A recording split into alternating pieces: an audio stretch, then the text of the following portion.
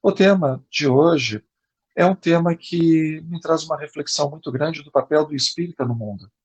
Por isso que a máxima dita por Jesus, o sal da terra, ela toca bastante quando a gente pensa nós enquanto espíritas e nós enquanto agentes de mudança no planeta no qual estamos. O espiritismo, ele quando é codificado, ele é codificado em cima de uma revelação espiritual. E é importante a gente destacar esse ponto, uma revelação espiritual.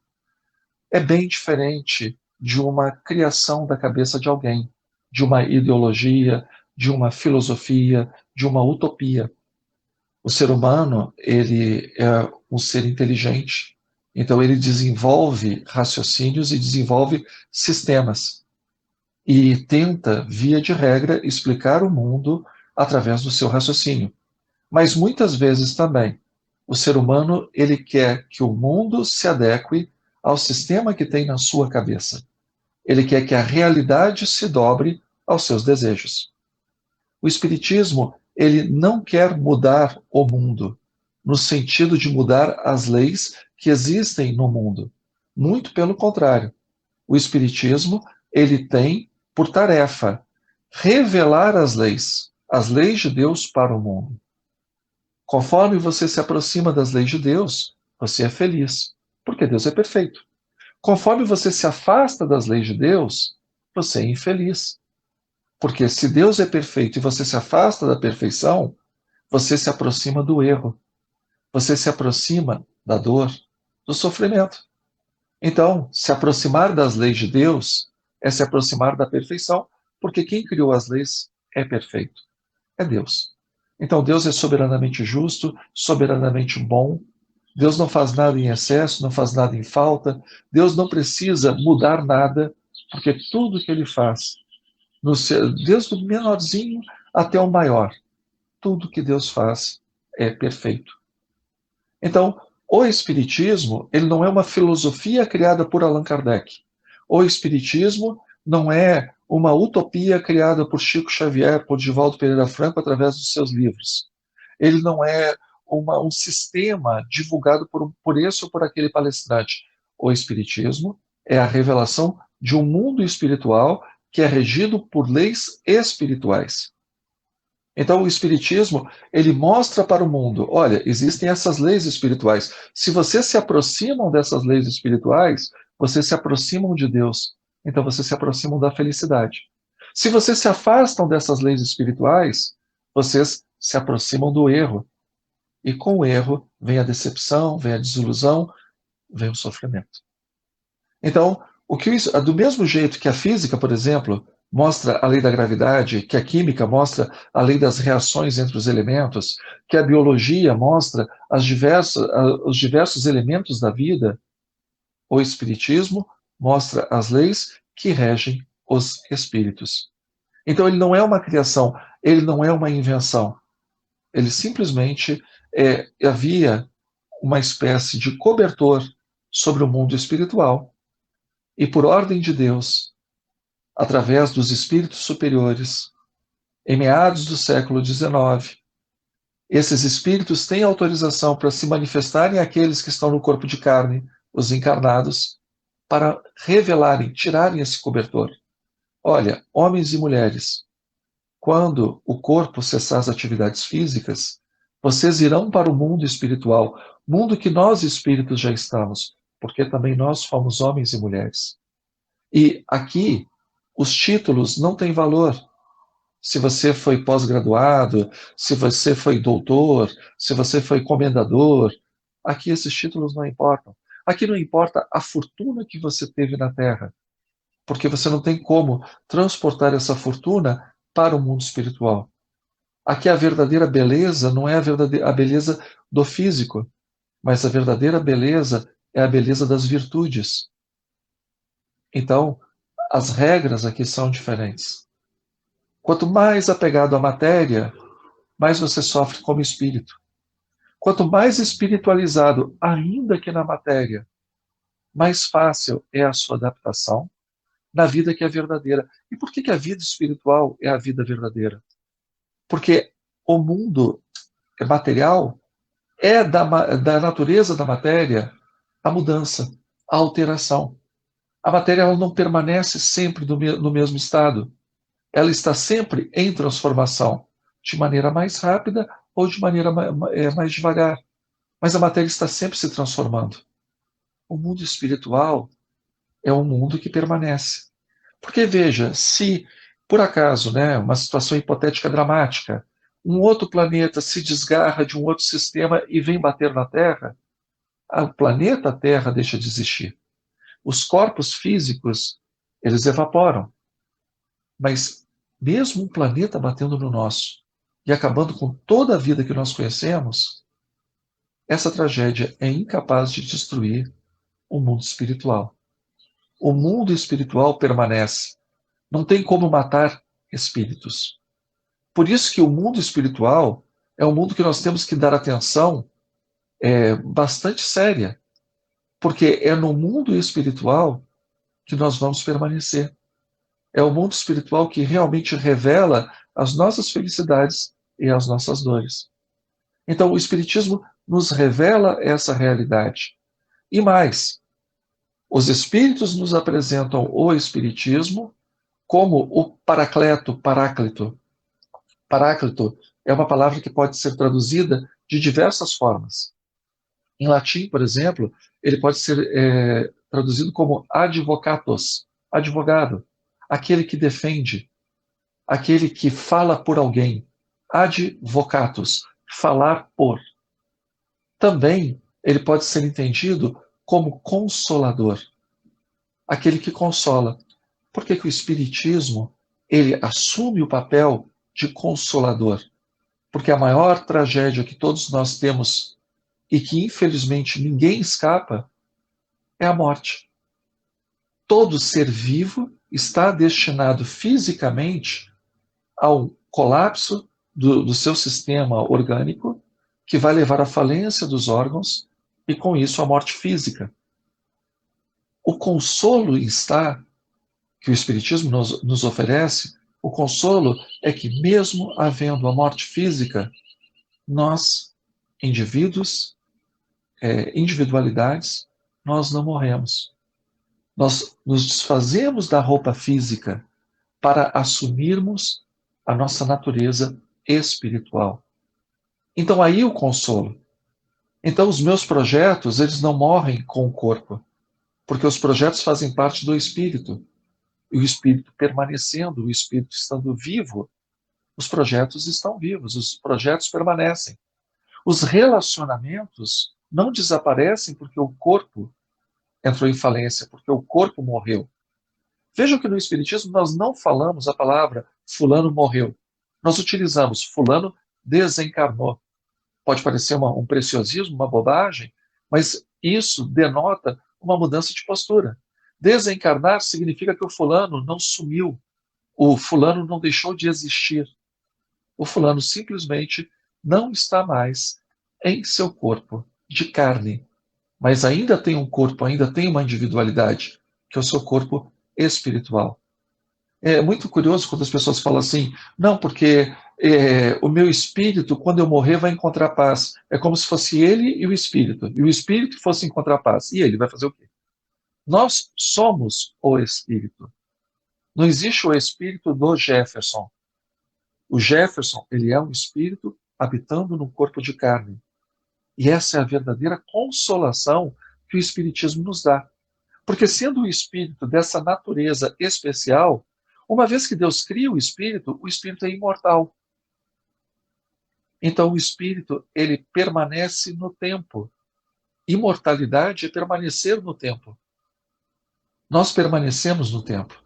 Uma vez que nós somos criados, nós continuamos sempre existindo.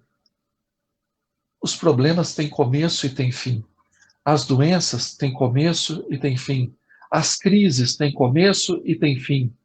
O espírito não tem. O espírito sempre, ele é imortal, então ele sempre permanece. Então não tem problema, não tem dor, não tem angústia, não tem solidão, não tem depressão que vençam a nossa natureza espiritual. Por exemplo, qual é o grande arrependimento do suicida? É saber que os problemas não deixaram de existir porque ele matou o corpo físico.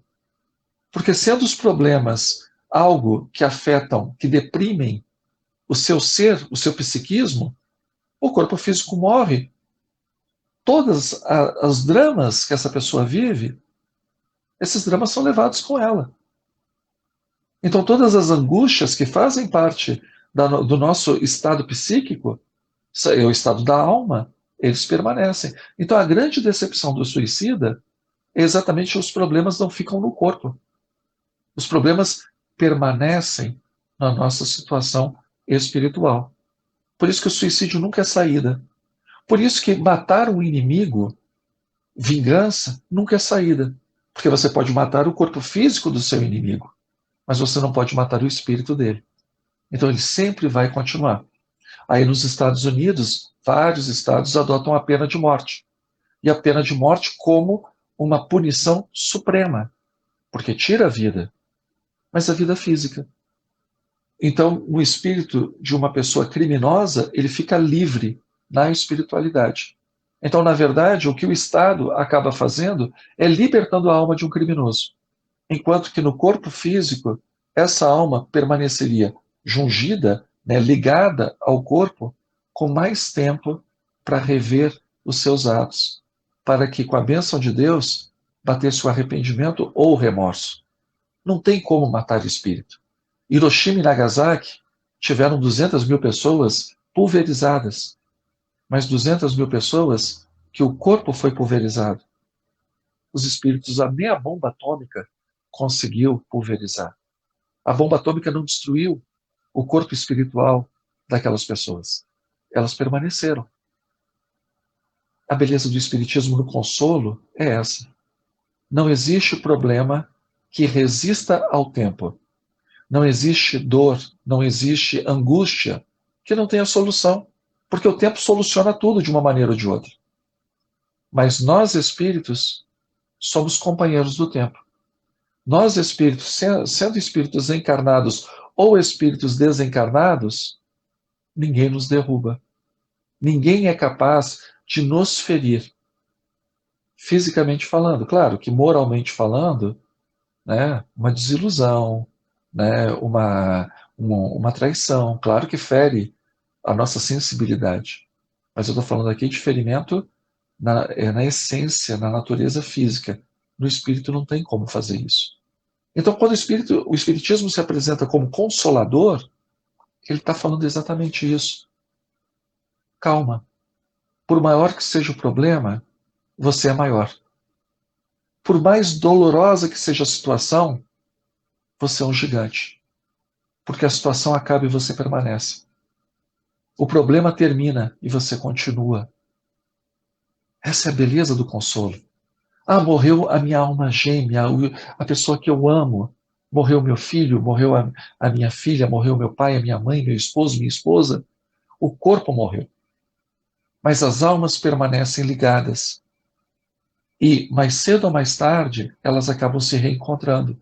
E mesmo quando um está no corpo e o outro já é espírito desencarnado, no momento que o corpo dorme, o espírito se liberta no momento do sono, ele tem contato com as almas daqueles que precederam a gente no mundo espiritual. Então, conversa, abraça, beija, sorri. Esse é o consolo. Mas aí nos traz uma grande responsabilidade. Vejam, quando nós pegamos a Revista Espírita de Allan Kardec, que foi o codificador do Espiritismo, foi o primeiro pesquisador que extraiu das lições espirituais um sistema de leis. Por isso que ele é o codificador. Ele pega leis espirituais esparsas e, como bom pedagogo, ele faz a organização dessas leis e publica em um livro chamado O Livro dos Espíritos. Allan Kardec, ele percebe exatamente essa realidade. E percebendo essa realidade, ele começa a publicar seu material, primeiro com o Livro dos Espíritos, depois com o que é o Espiritismo, instruções práticas do Espiritismo, que depois vai ser melhorado e vai ser publicado como Livro dos Médiuns, e a Revista Espírita. Na Revista Espírita, é um periódico que ele fala das suas pesquisas, fala dos fenômenos, dá a explicação que os espíritos lhe passam. E as pessoas acabam assinando essa revista, ela é vendida em vários países, e esses vários centros familiares, essas sociedades familiares, não tinha centro espírita como a gente vê hoje. Eram unidades em família, amigos, familiares que se reuniam na casa para ter contato com os desencarnados. Eles passam para Allan Kardec as suas mensagens, as suas dúvidas, as suas questões, né, as novas revelações. E Kardec, nessa situação privilegiada de centralizar essas informações, ele consegue organizar esse material cada vez mais. Tanto que ele faz uma segunda edição do Livro dos Espíritos, que ainda é mais robusta, que é maior. E aí o número de espíritas no mundo, Kardec calcula alguma coisa em torno de 3 milhões. E vai progredindo e vai aumentando.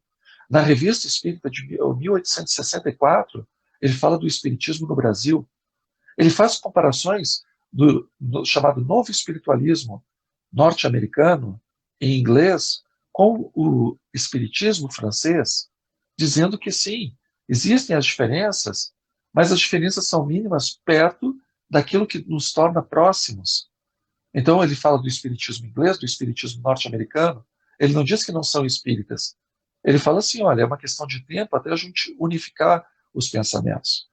E como a França era o centro cultural do mundo naquela época, e muitos brasileiros moravam na França e estudaram na França, e muitos franceses, eles eram contratados pela corte brasileira para trabalharem no Brasil, principalmente no estado do Rio de Janeiro, na capital federal do Brasil daquela época, esse intercâmbio entre França e Brasil é grande. E o espiritismo chega no Brasil, num país que já tem aspirações republicanas, aspirações abolicionistas, e aqui se fixa. Mas com uma característica, claro, não vai ser o espiritismo, né, com a cultura francesa. O espiritismo é o mesmo, mas a cultura é diferente. A cultura é como se fosse uma espécie de copo, de jarra, frasco. Então, o líquido é o espiritismo, mas ele vai se amoldar à cultura. Então, o espiritismo norte-americano, com os Hapkins, não vai ser o mesmo espiritismo filosófico e científico da França, que, por sua vez, não vai ter a mesma carga cultural do espiritismo religioso no Brasil. Tanto que na França, por conta, né, teve aí a Guerra Franco-Prussiana, teve a Comuna de Paris, teve a Primeira Guerra Mundial, teve a Segunda Guerra Mundial, a Europa sofreu horrores com isso, foi um continente totalmente devastado, depois teve a Guerra Fria, teve a separação da Europa em blocos, em dois blocos, né, o bloco ocidental capitalista, o bloco oriental comunista.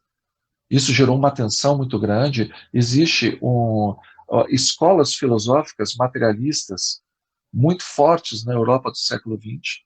Então nós temos a escola de Frankfurt na Alemanha, nós temos Sartre e Foucault na França, todos com uma visão pessimista da vida, né? Simone de Beauvoir, a visão pessimista do mundo, que realmente, quando a gente lê esses filósofos, o mundo é um vale de lágrimas sem Deus.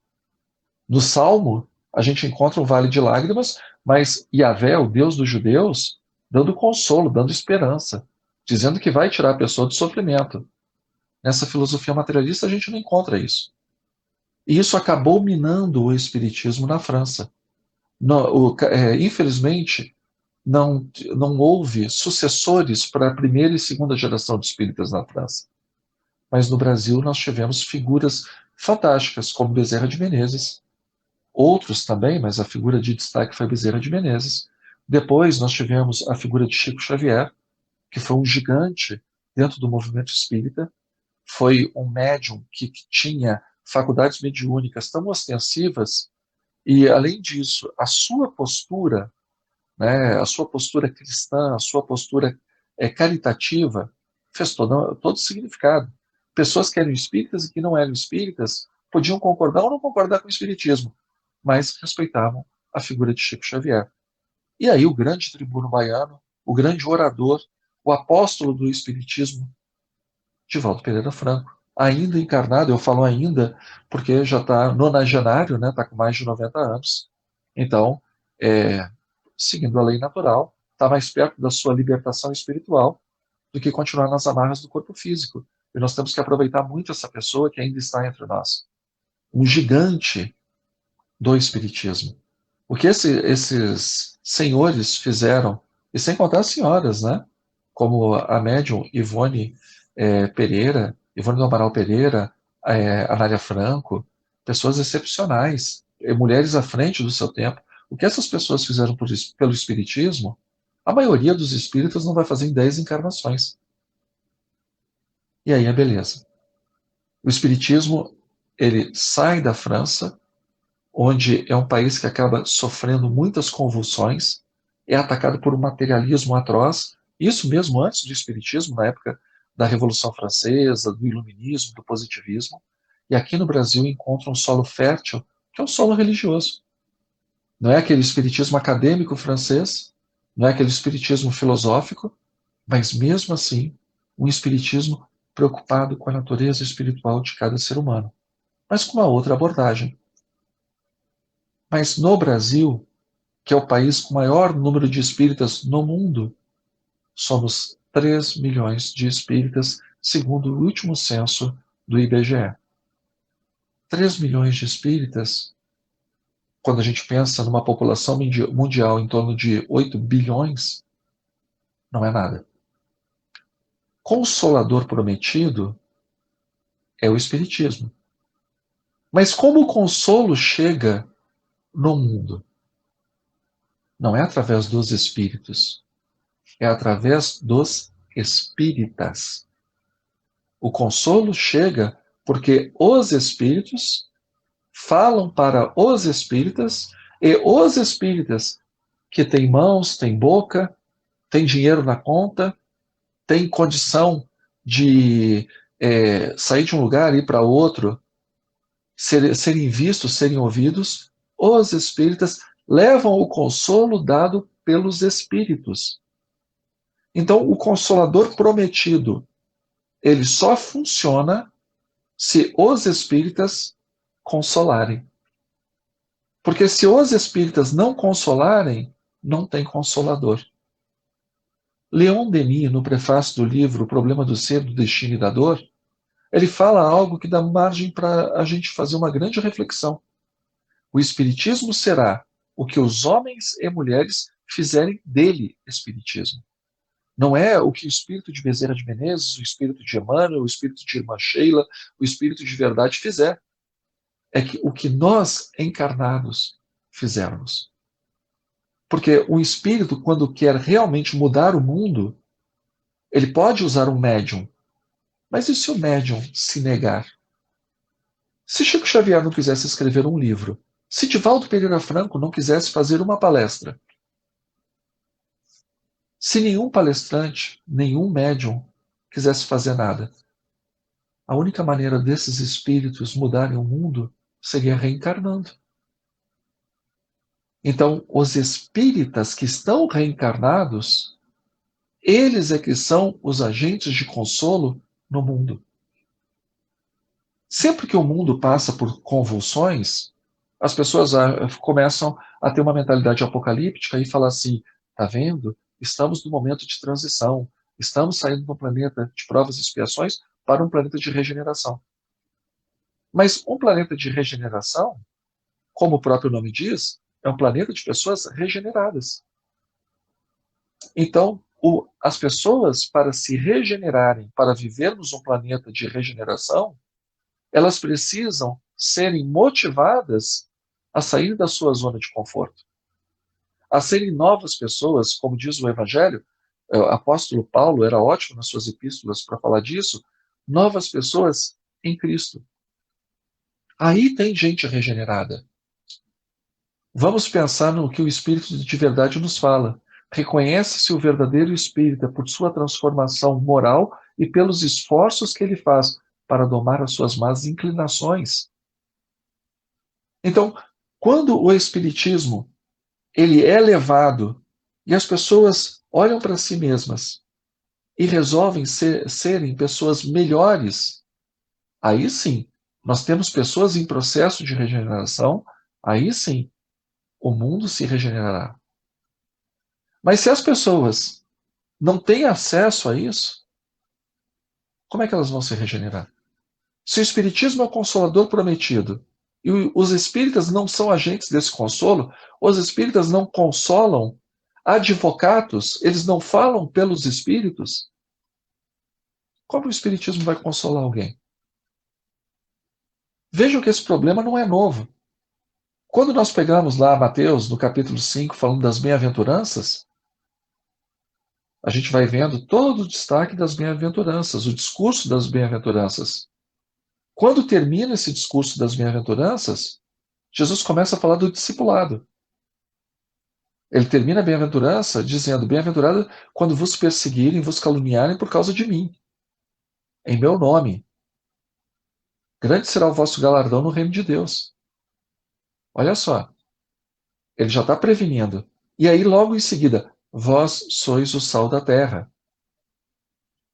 Se o sal não serve para salgar, não serve para dar sabor, ele só serve para ser jogado fora e pisado pelos homens. Ele está falando para o seu discipulado. Vem cá, o sal conserva e o sal tempera. Vocês são o sal da terra. Conserva o que? Tempera o que? Conserva a boa notícia, o Evangelho. O que é o Evangelho? Deus quer agir no mundo. Deus quer transformar esse mundo num mundo melhor.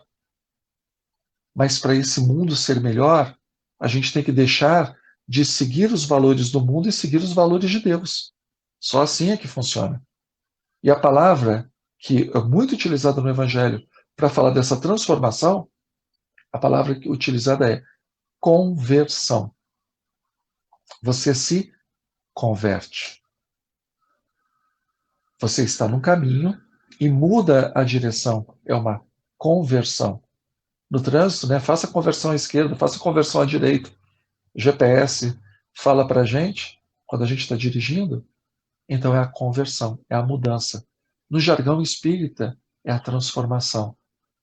Ou como dizem a maior parte dos nossos confrades, é a reforma íntima. Quando nós fazemos essa reforma, nós estamos pegando exatamente a lei de Deus e não tentando adaptar as leis de Deus, a boa nova, o Evangelho, adaptar o Evangelho à nossa forma de ser. Mas nós nos adaptarmos ao Evangelho. Nós nos entregarmos ao Evangelho. E não usar o Evangelho como se fosse um restaurante self-service, onde eu pego o que me interessa e descarto aquilo que eu não gosto. Ah, o Evangelho é amor, o Evangelho é consolo. Beleza. O Evangelho também é conversão. Ah, isso eu não quero. O Evangelho é mudança. O Evangelho é batalhar contra o egoísmo, é batalhar contra o orgulho, é batalhar contra os meus instintos primitivos. Ah, isso eu não faço. O Evangelho não pode ser que nem restaurante self-service. O Evangelho, ele tem uma função que é a boa nova. Deus te ama. Deus é amor, Deus é perfeito. Quando você se aproxima de Deus, você é feliz. Ah, mas eu só me aproximo de Deus com as minhas regras, do meu jeito. Então não tem como você ser feliz. Porque do seu jeito vai ser um jeito imperfeito. Deus é perfeito. Não vai funcionar. Não dê regras para Deus. Deus é muito paciente com você para você dar regras para Ele. Se entregue para Deus. Ter fé é saltar no escuro para os braços de Deus. Quem não tem fé só cai no escuro. Então o sal da terra, ele conserva esses valores do Evangelho, mas ao mesmo tempo ele tempera o espírito. Ele dá vida, ele dá alegria. Seguir o Evangelho é ser alegre, não é ser triste. Não é carregar uma cruz de sofrimento porque está seguindo o Evangelho. Como diria Francisco de Assis, para aqueles que o procuravam e queriam entrar na recém-criada ordem franciscana, ele dizia para aqueles que sentiam falta das alegrias do mundo: frade triste, triste frade. porque o frade não era nem do mundo e nem de Deus. Ele era triste porque vivia num conflito. Então, ao invés de casar, ter uma esposa, amar sua esposa, ser um bom pai e ser feliz, ele queria ser celibatário, cuidar dos pobres, dos doentes, mas pensando na esposa que não teve. Então ele era triste, porque não seguia a sua vocação. Seguir o evangelho não é ser triste, é ser feliz. Ser feliz é exatamente nos aproximarmos das leis de Deus. O mundo precisa disso. O mundo precisa que a gente divulgue isso. Por isso que nós somos o sal da terra. Jesus começa a sua pregação com 12 seguidores. 12. 400 anos depois, o Império Romano era cristão. Constantino, no Edito de Milão, ele permite o culto cristão. Algumas décadas depois, o Teodósio o Grande, ele define o cristianismo como a religião única do Império.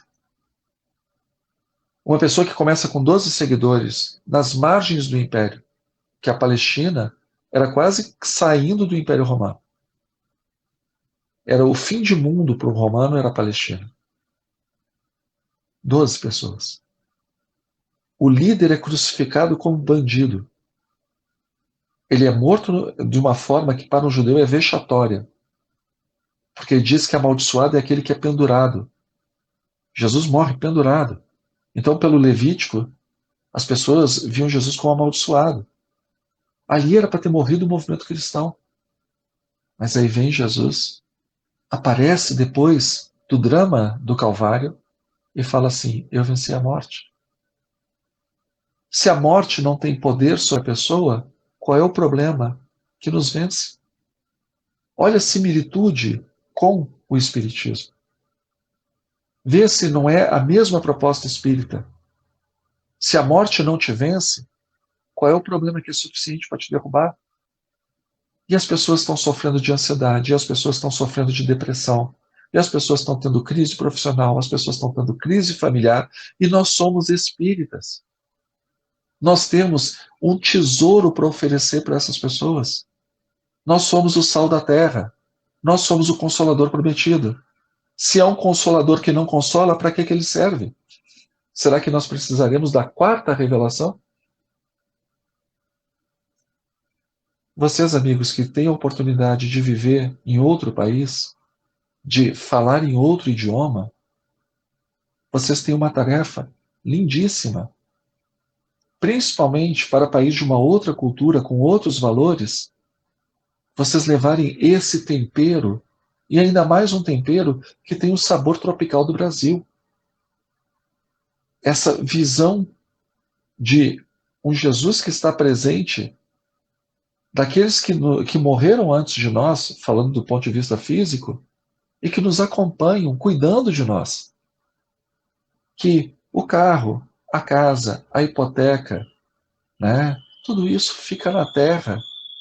Nós permanecemos. Ninguém se separa de quem ama. Vocês têm a possibilidade de falar no idioma deles.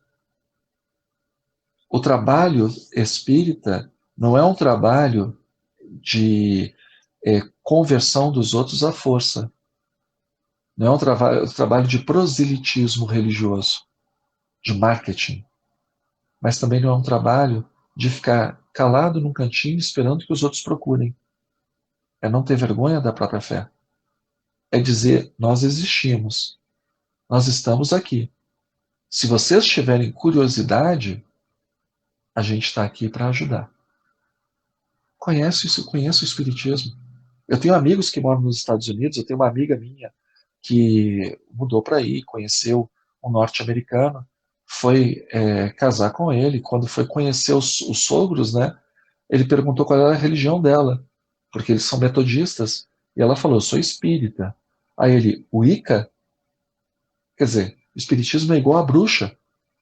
A gente vê filmes que falam de reuniões mediúnicas nos Estados Unidos, onde as pessoas colocam vela, colocam incenso, apagam as luzes, vestem branco.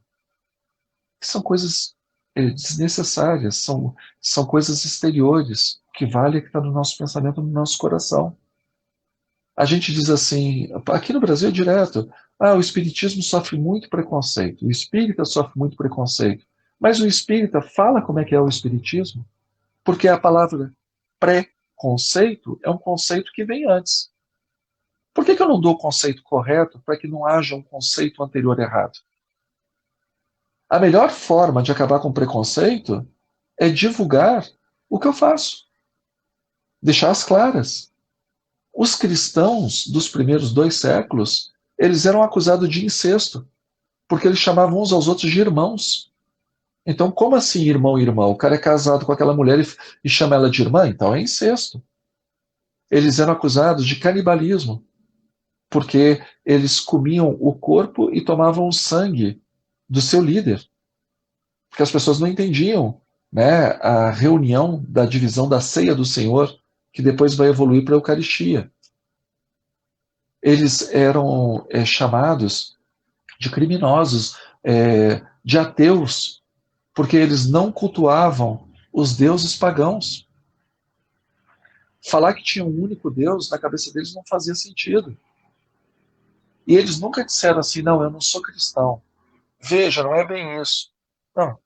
A gente vê, por exemplo, nessa época, os padres apologistas, que mesmo expondo a própria vida ao perigo, escreviam cartas para os governadores, para os imperadores, para explicar o que era ser cristão, o que um cristão fazia. Eles eram o sal da terra. Se o Espiritismo é o cristianismo redivivo, a gente também tem que pensar que os espíritas são os cristãos redivivos. Como eram esses cristãos que divulgaram o cristianismo? Eram pessoas que não tinham internet, não tinham telefone, não tinham trens, aviões, carros. Eram pessoas que não tinham segurança para andar nas estradas. Sujeitos que era numa época que não tinha supermercado, não tinha Walmart. Era tudo ali, ó. Andando com um cajado, um alforge, em estradas empoeiradas, com risco de feras, porque nas estradas tinham animais selvagens, com risco de ladrões. Dá uma olhadinha na parábola do bom samaritano. O homem sai de Jerusalém e vai para Jericó, e o que acontece? Ele é assaltado e batem nele quase até matá-lo. Então, olha os perigos que essas pessoas estavam expostas. Como diz o apóstolo Paulo, perigos de dia, perigos de noite, perigos de terra, perigos de mar, perigo de irmãos e de inimigos. E eles foram sal da terra. Se hoje nós temos um evangelho para falar, é porque essas pessoas, elas preservaram o evangelho para que o evangelho chegasse até nós. Por volta do século IV, no início do século IV, o imperador Diocleciano, ele queria acabar com o cristianismo porque entendia que o cristianismo ele enfraquecia o Império Romano, os valores cívicos romanos. Então ele prendia principalmente os líderes cristãos, que eram os episcopos, que depois a gente vai conhecer como bispo. Os episcopos, eles eram torturados até a morte para entregar os rolos da nova aliança. Aquilo que nós conhecemos como os evangelhos e as epístolas. Esses homens tinham as línguas, os dedos arrancados, eles eram queimados vivos se fossem idosos, eles eram entregues para as feras se fossem saudáveis, ou para lutar com gladiadores, e se negavam a lutar, então eram mortos nas arenas, para preservar o evangelho que você tem na sua casa hoje. Então a gente acha que o evangelho caiu de graça no colo? Não.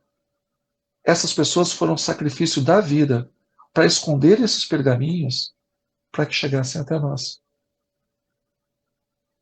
Eram os cristãos. Se nós somos o cristianismo redivivo, nada mais justo que nós sejamos os cristãos redivivos. A vida passa. O corpo fica no cemitério. O que nós levamos foi aquilo que nós fizemos. Não é o que nós desejamos, o que nós pensamos, o que nós sonhamos. O que nós levamos da vida foi a vida que tivemos. Sendo espíritos encarnados, o que nos interessa principalmente é as coisas que são afetas à nossa natureza espiritual. Somos o sal da terra, somos a luz do mundo. Temos a responsabilidade de um mundo de provas e expiações, levar a alegria para as pessoas, levar o consolo, levar o amor, dizer para as pessoas que o túmulo não é um fim, que os laços permanecem, que os problemas não são maiores do que a nossa natureza espiritual. Isso é de uma alegria e de uma tarefa incrível.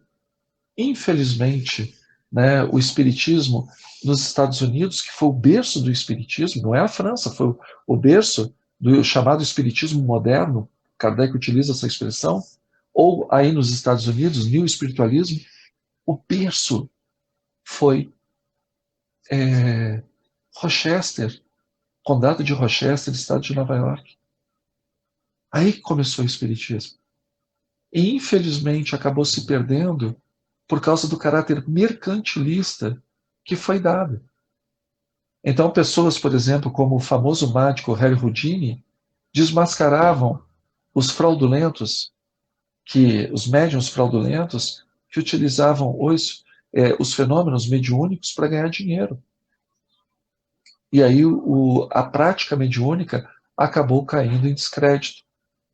Não sei se vocês já assistiram aquele seriado The Mentalist, que é exatamente isso. É um mentalista que se faz passar por médium, um charlatão, para ganhar dinheiro. E depois tem aí uma situação, ele deixa isso, começa a ajudar a polícia, e ele fala assim, médium é fraude, não existe, morto não se comunica. Isso ainda é eco da época do Houdini, por causa dos falsos médiums. Pior do que um inimigo é um falso amigo. Vocês estão tendo uma possibilidade de ouro, de levar essa doutrina maravilhosa num idioma que é um idioma franco no mundo inteiro, que é o inglês, é o idioma utilizado no mundo inteiro, para divulgar essa doutrina maravilhosa, para consolar corações, para quando a gente desencarnar, a gente falar com orgulho, está aqui o meu currículo. Eu lembro sempre do Evangelho que diz assim, ide, curai os enfermos, limpai os leprosos, alevantai os descaídos da estrada. Essa é a nossa missão.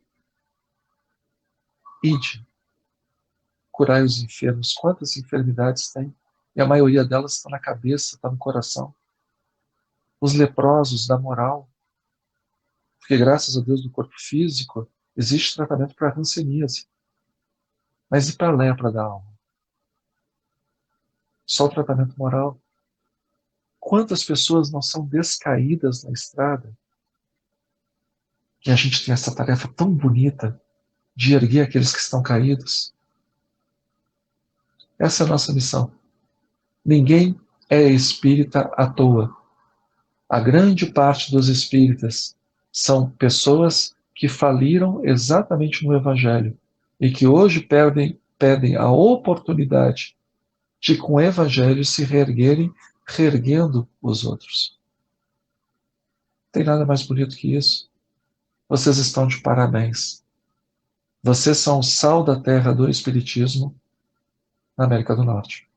Vocês têm a possibilidade de levar valores que já são valores empoeirados, amarelados pelo tempo e que precisam ser renovados com a energia da alma. A palavra ânima, da onde vem a palavra alma, significa aquilo que dá vida, aquilo que anima.